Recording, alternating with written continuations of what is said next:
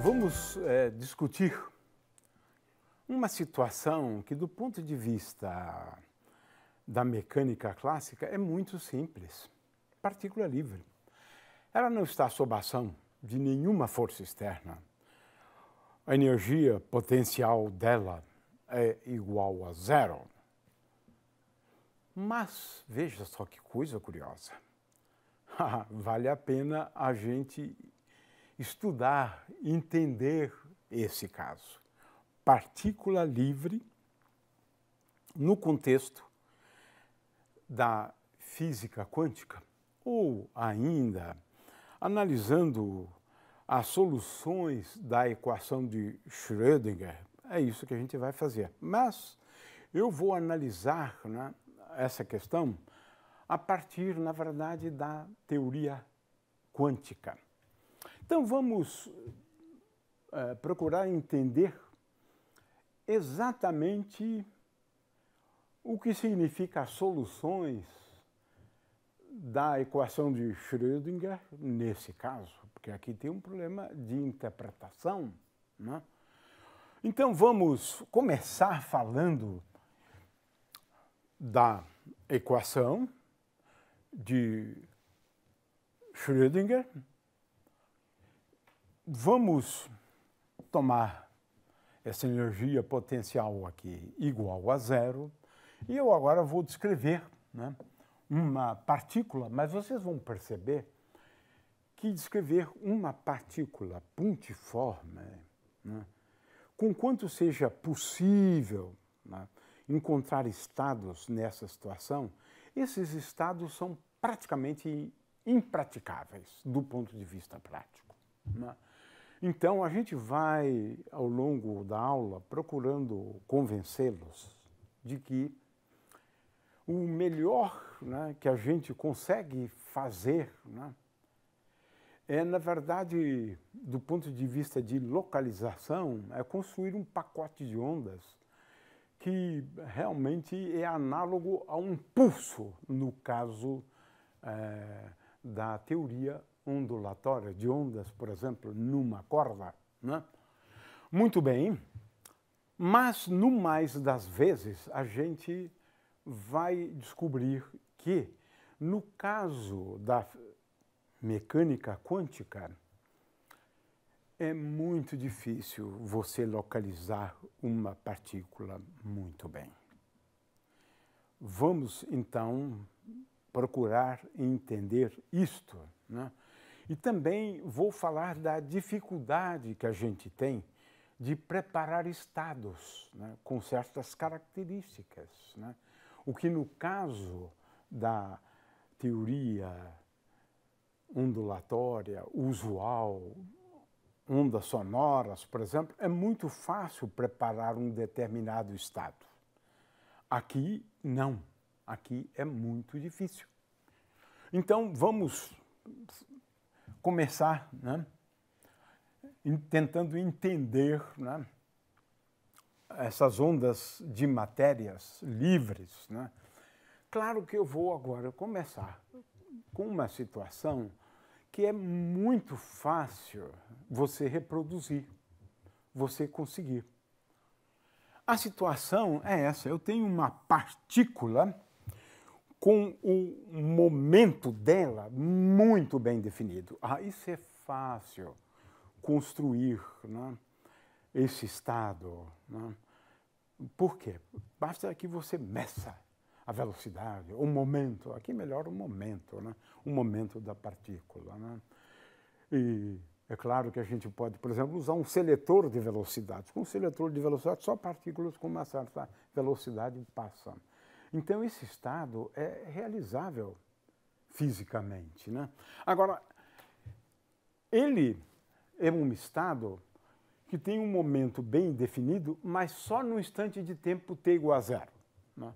É naquele instante que eu efetuei a medida do momento da partícula. Agora, eu sei que ela tem um momento. E agora se pode mostrar que também, no caso da teoria quântica, ela tem um momento bem definido e tem uma energia bem definida também. Então, a energia dessa partícula está definida no instante de tempo t igual a zero, e essa energia se conserva. Então, a partícula vai ter sempre essa energia. E agora, veja, a função de onda, a gente pode utilizar a equação de Schrödinger para deduzir isso, né? A função de onda é uma função de onda do tipo onda plana, olha só. A partícula se movimenta com, digamos, um momento P, né? E o momento P é perpendicular a essa superfície, né? Plano, né? De forma que aqui, por outro lado, eu normalizei de tal maneira a que o módulo de psi ao quadrado ele é constante e a integral no volume V é igual a 1. Portanto, aqui já tenho a necessidade de normalizar a função de onda para que eu tenha a probabilidade de encontrar a partícula em qualquer ponto do espaço ou em todo o volume V do espaço seja igual a 1. Então, esta aqui é a solução da equação de Schrödinger, né? Quando eu não coloco tempo lá, faço t igual a zero, né? Esta aqui é a solução da equação de Schrödinger. Descreve ondas planas, né? Descreve ondas planas. Olha só, a densidade de probabilidade é 1 sobre V, como eu expliquei antes, né? Agora, vamos ver a evolução desse estado à medida que o tempo passa. Na teoria quântica, a gente tem um operador de evolução e ele vai dar para mim, qualquer que seja o estado, como é que ele evolui com o tempo, né? De forma que esse estado, que em t igual a zero tem um momento bem definido, P, ele evolui com o tempo. A gente vai depois, na próxima semana, a gente vai explicar isso melhor. Mas é só para que se entenda o que está acontecendo, né? De forma que se eu tenho inicialmente uma partícula com momento P, agora existe uma dinâmica na teoria quântica. E essa dinâmica na teoria quântica, ela me permite determinar, num instante de tempo no futuro, qual é o estado daquela partícula. Ela é dada por um operador, a gente vai ver isso, né? Mas nesse caso não é importante, porque a gente pode ver, né, que esse estado aqui é tal que a função de onda associada a ele, né, olha só, aqui está. Ele é dado por essa expressão. Aqui eu não usei ainda a equação de Schrödinger. Eu estou apenas explicando o que acontece. Eu tenho uma partícula com momento P bem definido, né? Eu conheço a função de onda para essa partícula com momento P definido, e agora analiso a evolução do estado com o tempo t. Obtenho esta expressão aqui para a função de onda, que é, na verdade, a solução da equação de Schrödinger. Então, a equação de Schrödinger, nesse caso, ela me dá, é uma equação que realmente envolve a evolução de um estado com o tempo. De tal maneira que, no instante de tempo t, né, a função de onda que descreve o estado com um momento bem definido, né, é dado por essa expressão aqui. E é claro que eu poderia ter procurado a solução dessa equação resolvendo a equação de Schrödinger, mas eu fiz um pouco ao contrário, na base da descrição mais moderna, né, da teoria quântica, para a gente entender o que significa essa solução da equação de Schrödinger.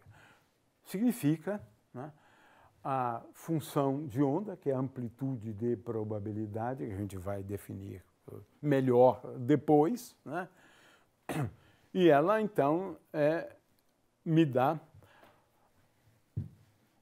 a função de onda no instante de tempo t, né, tendo ela evoluído a partir do instante de tempo t igual a zero. É isto. Muito bem, agora vamos Bom, isso aqui é apenas uma verificação, né, bastante simples, né? Então, de ondas de matéria livre, a gente falou sobre essa condição aqui, mas, agora, deixe-me comentar essa situação aqui curiosa, né? É que, de fato, nesse caso, eu tenho uma situação onde a densidade de probabilidade é igual a 1 sobre a raiz de V. É constante. Ou seja, eu tenho igual probabilidade de encontrar a partícula em qualquer ponto do espaço. Essa é uma situação, na verdade, corriqueira na mecânica clássica, porque a partícula só se torna, de certa maneira, determinável, não é? O determinismo, se eu conhecê-la no instante de tempo t igual a 0, a velocidade e a posição. Mas espera aí, mas eu já fiz medidas, mas sem saber originalmente onde ela estava, ela tem igual probabilidade de ser encontrada em qualquer ponto do espaço. Né? Muito bem, então vamos agora um pouco mais em frente, né? Ou seja, eu iria substituir na equação, né? V igual a 0, iria procurar as soluções, e então eu tenho aqui a solução da equação de Schrödinger envolvendo ondas livres, né? Mas eu dei a resposta antes. O fato é que essa densidade de probabilidade é constante, né? Se eu escrever a solução A vezes isso, A é a densidade de probabilidade, e eu tenho então que normalizar de tal forma que a probabilidade de encontrar a partícula no volume V seja igual a 1. Né? Portanto, módulo de A ao quadrado é igual a 1 sobre V. Né? Mas é curioso, porque aqui eu tenho uma situação na qual o momento da partícula é bem definido. Tanto a componente x, quanto a componente y, quanto a componente z. Mas, veja só, ela, a rigor, né, ela é tal que eu não consigo localizá-la de forma alguma. Né? Aqui, na verdade, está um pouco exagerado, porque seria melhor ΔX igual a 1 sobre L, por exemplo, num dos lados da caixa. Né? Mas se eu tiver um conhecimento preciso a respeito do momento da partícula, que foi aquele tipo de solução, então a partícula pode estar em qualquer lugar. Ou seja, a posição dela é indefinida.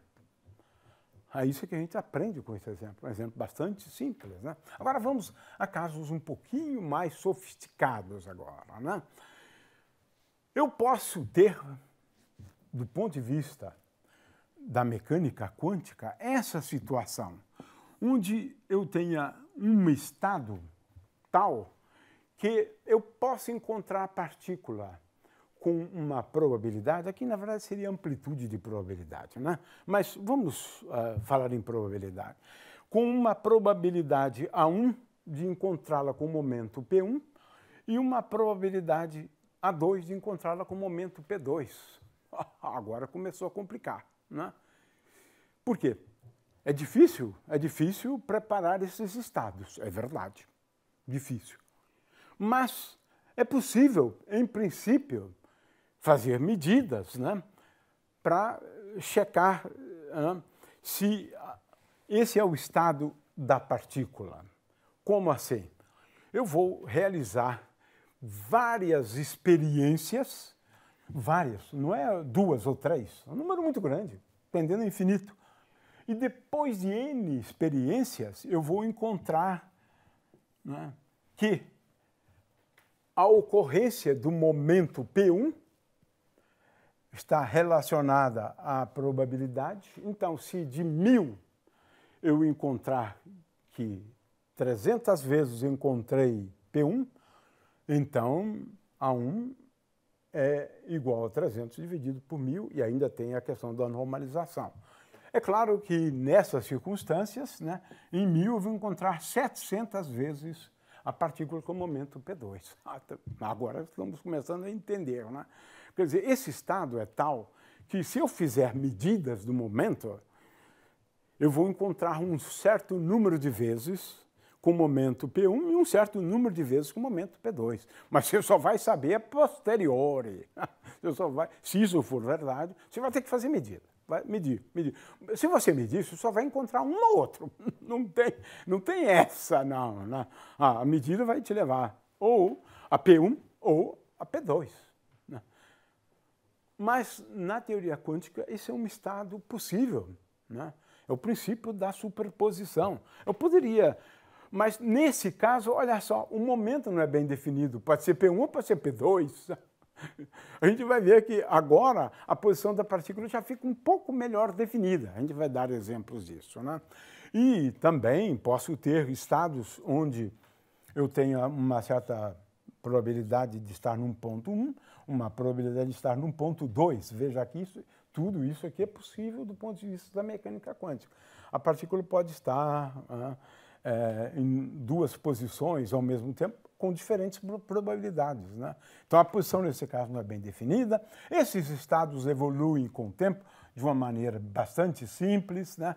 E a evolução desse estado é dado por essa expressão aqui, e a função de onda, que satisfaz a equação de Schrödinger para a partícula, é uma soma, veja só, de ondas planas. Né? Então, se eu conheço o estado da partícula, eu já disse o que significa o estado, eu medi, determinei a 1 e determinei a 2, e só tenho esses dois estados de momento. Eu encontrei esse resultado, porque preparar essa situação é realmente complicada, convenhamos. Né? Muito bem, então vamos em frente. Esses estados, então, evoluem. Né? É claro que, se eu fizer a medida, né, ou vou encontrar P1 ou vou encontrar P2. Né? É claro que com um número muito grande de medidas eu vou encontrar a 1 e a 2.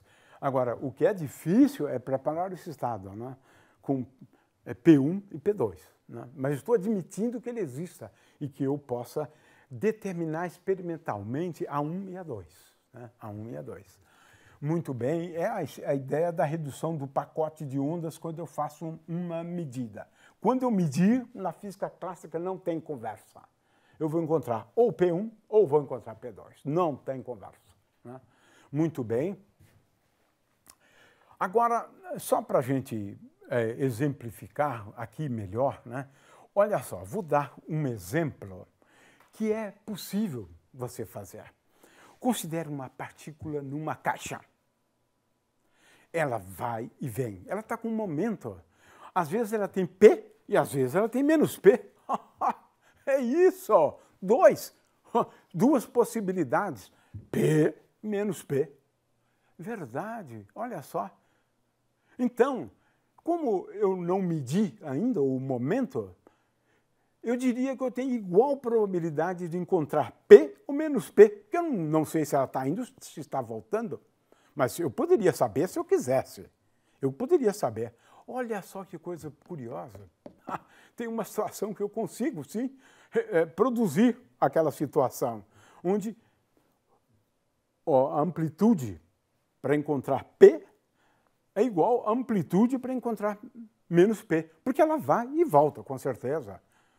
Olha só que coisa interessante isso aqui. A partícula numa caixa, por exemplo, ela vai e volta, vai e volta. Né? Veja só, de forma que agora eu tenho duas possibilidades. Né?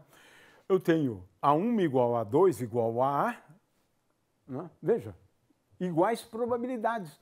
Ou A1, né, igual a menos A2, também igual probabilidade, mas as amplitudes diferem por um sinal menos. Num caso, a função de onda, agora só que coisa curiosa, ela é tal que ela vai exibir, né, máximos e mínimos, regiões onde eu vou encontrá-la com probabilidade máxima, como esta aqui, né, e regiões onde eu vou encontrá-la com uma probabilidade mínima. Isso é possível. Isso é possível. Agora, veja o outro caso, do exemplo 2. Né? A1 igual a menos A2, a probabilidade é igual, por sinal menos. Essa situação é uma situação física também interessante. Esse aqui é o que acontece quando eu tenho uma partícula, né, numa caixa. Agora, aqui eu tenho seno. de P escalar R sobre H cortado. A gente vai depois analisar este caso. Mas veja só, agora a partícula, né, ela está de novo um pouco melhor localizada. Em alguns lugares ela tem uma probabilidade, uma densidade de probabilidade alta, em outros lugares uma densidade de probabilidade pequena, né? E agora poderíamos, né? Veja que esse caso aqui é bem facilmente reprodutível. Eu não estou interessado qual é o momento dela num determinado instante de tempo. Eu sei que ela tem P ou menos P. Pronto. Então, o estado é uma superposição, né, de um estado com momento P e um estado com momento menos P. Se eu medir, acabou. É P ou menos P. Mas, sem medir previamente, tem essas duas possibilidades. E a função de onda que eu apresentei para vocês, que satisfaz a equação de Schrödinger, ela, na verdade, ela representa essa situação. É claro que agora a soma das funções de onda vão levar a uma situação curiosa, onde eu posso encontrar regiões onde a partícula esteja mais tempo presente nela e regiões onde ela esteja menos tempo presente, né? Portanto, aqui no caso, né, nós estamos falando da interferência de ondas, né? De ondas de matéria, né? Veja que nesse caso aqui eu tenho seno ao quadrado, tá certo? De P escalar R, aqui não tem esse I aqui, né? De P escalar R. Eu tenho regiões, então, onde aqui também não tem esse I. Eu tenho regiões, portanto, né? Tenho regiões, portanto, onde eu encontro a partícula com mais facilidade, quando isso aqui, por exemplo, é igual a π sobre 2, né? Ou quando isso aqui é igual a zero, eu tenho chance zero de encontrá-la, né? Então, é bem interessante esse exemplo. Agora, eu poderia pensar, né? Eu poderia pensar em uma situação onde eu tenho uma superposição de N estados, né? E com amplitudes, né? A1, A2, A3. Agora, isso aqui é muito difícil de reproduzir. É uma situação possível, é claro, mas eu não sei preparar esses estados. Estados com P e menos P, eu sei. Isso eu sei. Agora, P1, P2, onde no instante de tempo t igual a zero, eu vou fazer medidas, né? Eu estou, na verdade, descobrindo um jeito de determinar A1, A2, A3, mas eu não disse, porque eu não sei como preparar estados desse tipo aqui, né? Veja, é uma superposição, né, de N estados com momento bem definido, e cada estado evolui com o tempo, de acordo com aquela regra que nós já explicamos antes. E a função de onda, né, que satisfaz a equação de Schrödinger, é uma função de onda que é, então, uma superposição, né, de ondas. Na realidade, está aqui, né? Veja, é uma soma de ondas planas, né? Claro que essa função de onda descreve o estado que evoluiu a partir daquele estado inicial descrito por essa superposição aqui, né? Estado inicial no instante de tempo t igual a zero. Então, neste caso, uma situação análoga a uma superposição de ondas de frequências diferentes, no caso dos fenômenos ondulatórios, né? Levando agora a soluções onde eu tenho uma situação muito próxima de um pacote de ondas, na verdade, né? O pacote de ondas é um caso limite desse. Mas, de qualquer maneira, quando eu medir, né, eu vou encontrar ou P1 ou PN, com uma certa frequência. Uma certa frequência, claro. É assim, então, que eu determino o estado inicial experimentalmente. Mas, na verdade, eu tenho a dificuldade para prepará-lo. Em cada caso, eu tenho uma amplitude diferente, uma probabilidade. Eu estou falando de probabilidade, é módulo de A1, ao quadrado, né? Mas uma probabilidade P1 para encontrar esse estado, uma probabilidade P2 para encontrar esse estado, P3, Pn, onde P1 é módulo de A1 ao quadrado, essencialmente, né? Então, agora eu estou falando em probabilidade de encontrar partículas fazendo um número muito grande de medidas, né? Então, se eu encontrar aquela situação, eu estou descrevendo esta situação. De forma que agora nós temos uma situação que é muito diferente das ondas sonoras, porque no caso das ondas sonoras, eu consigo preparar esse estado inicial, né? Eu aqui tenho uma superposição de frequências produzidas pelo piano, por exemplo, de forma que eu posso perfeitamente produzir essa situação inicial, né? Para cada frequência eu conhecer a sua amplitude. Então, eu conheço uma expressão, né, para a onda sonora, que é uma superposição de ondas. Nesse caso é fácil, mas na física quântica é realmente difícil, né? O fato é que a gente consegue construir soluções, né, desse tipo aqui, né? Veja que o elétron ou a partícula não está muito bem localizada, ela está numa certa região, né? Veja, concentrada numa certa região, né? Muito bem, agora a gente pode falar de pacote de ondas, né, usando o princípio da superposição. O que é isto? Agora, aquelas amplitudes dependem de P, mas P variando continuamente. Não é P1, P2, P3, P é qualquer, né? O P pode ir, por exemplo, a componente X de menos infinito até mais infinito. Então, é o caso mais geral possível, né? Então, essas soluções, né, elas são soluções da equação de Schrödinger, é um pacote, na verdade, o ideal aqui seria uma integral em D3P, eu simplifiquei aqui a notação, né, de forma que eu tenho um estado que eu conheço no instante de tempo t igual a zero, conhecendo a distribuição, né, ou a amplitude em função do momento, né?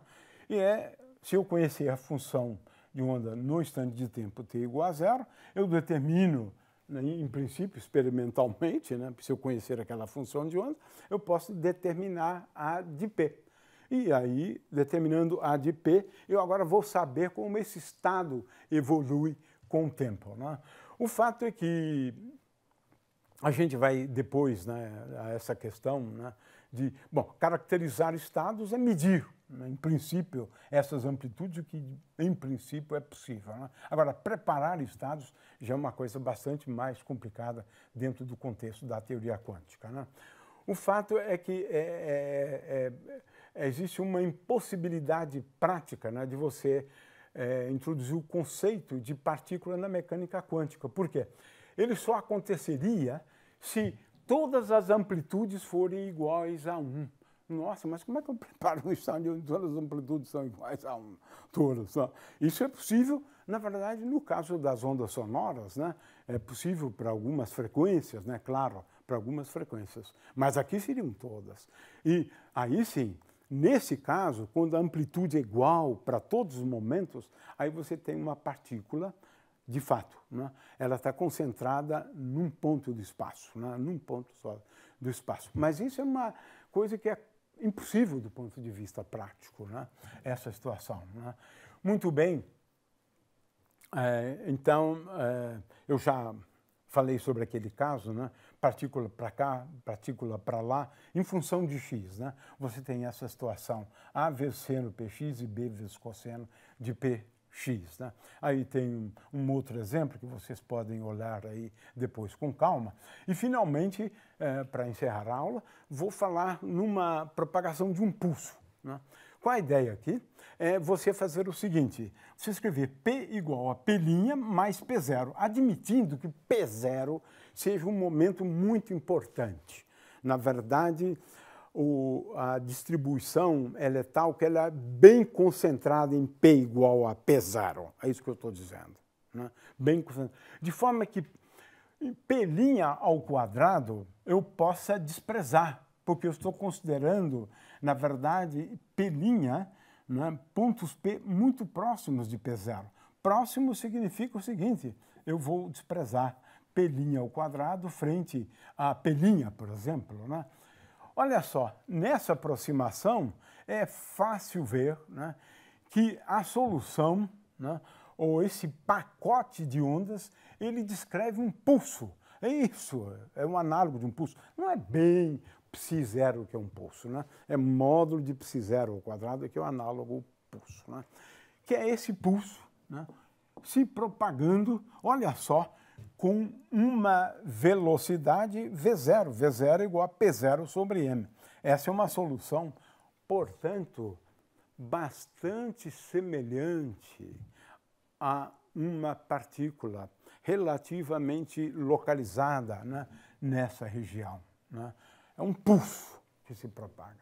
Isso é o melhor do ponto de vista de localização que a gente pode conseguir, né, no caso da partícula livre.